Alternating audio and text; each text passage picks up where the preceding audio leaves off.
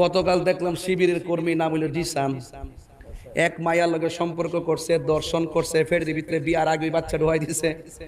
এরপরে বাচ্চা আবার নষ্ট করছে, করার পরে আবার গুপ্ত সাচ্ছে একটা অভিনয় করছে, করার পরে গ্রেফতার হইছে। ও মায়হন দিহি আর কোন মৌলবী রাস্তাতে আন্দোলন করে না।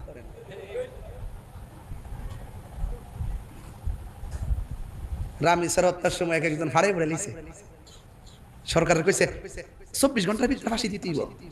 ওহন যে এক বিড়ি লাগে আকাম কইরা যে বাচ্চা কাচ্চা দিয়া যায়, ওষুধপত্র খাওয়াইয়া নষ্ট কইরা বিয়ার প্রলোভন দেখাইয়া যে নাটক করলো, তার পক্ষে আরেক তার অপকর্ম ঢাকার জন্য তার জাত ভাই সুলাইমান নামের সান্ডা সুলাইমান, কি সুলাইমান সান্ডা, আমি নাম দিই সান্ডা, সান্ডা সুলাইমান যে কইল যে শিবিরের মধ্যে প্রেম প্রীতি আছে, পরকীয়া আছে, এটা কোনো ব্যাপার না।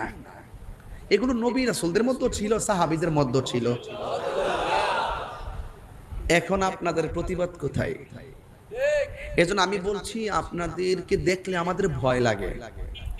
আপনাদের মুখে ইসলাম আছে, যখন আপনার দলের কেউ নবীর বিরুদ্ধে কথা কয়, ইসলামের বিরুদ্ধে কথা কয়, আকাম কুকাম করে, তখন আপনারা প্রতিবাদ করেন না। তার মানে বুঝতে হবে ডাল মে কুছ কালা है।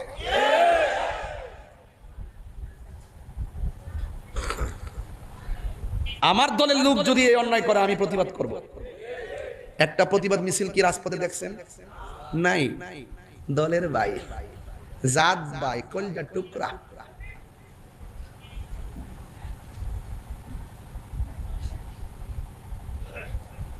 আমি কিছু লেখালেখি করছি, আমার কথা কে রইব, ছোট মানুষ না।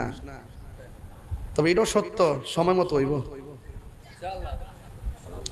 সুন্নিরা এই দেশে বাইশাইছে না, নবীর বিরুদ্ধে কথা কইল সুলমাইন না, এই বাটপার নবীর বিরুদ্ধে কথা কইল সাহাবীরাও নাকি প্রেম করত, আরেকজনের বউ নাকি ব্যবহার করত, পছন্দ করে আবার দিয়া দিত, নবী রাসূলরাও নাকি এরকম করত। জিসান যেটা করছেন, নাউজুবিল্লাহ কোন নাকি লাগা।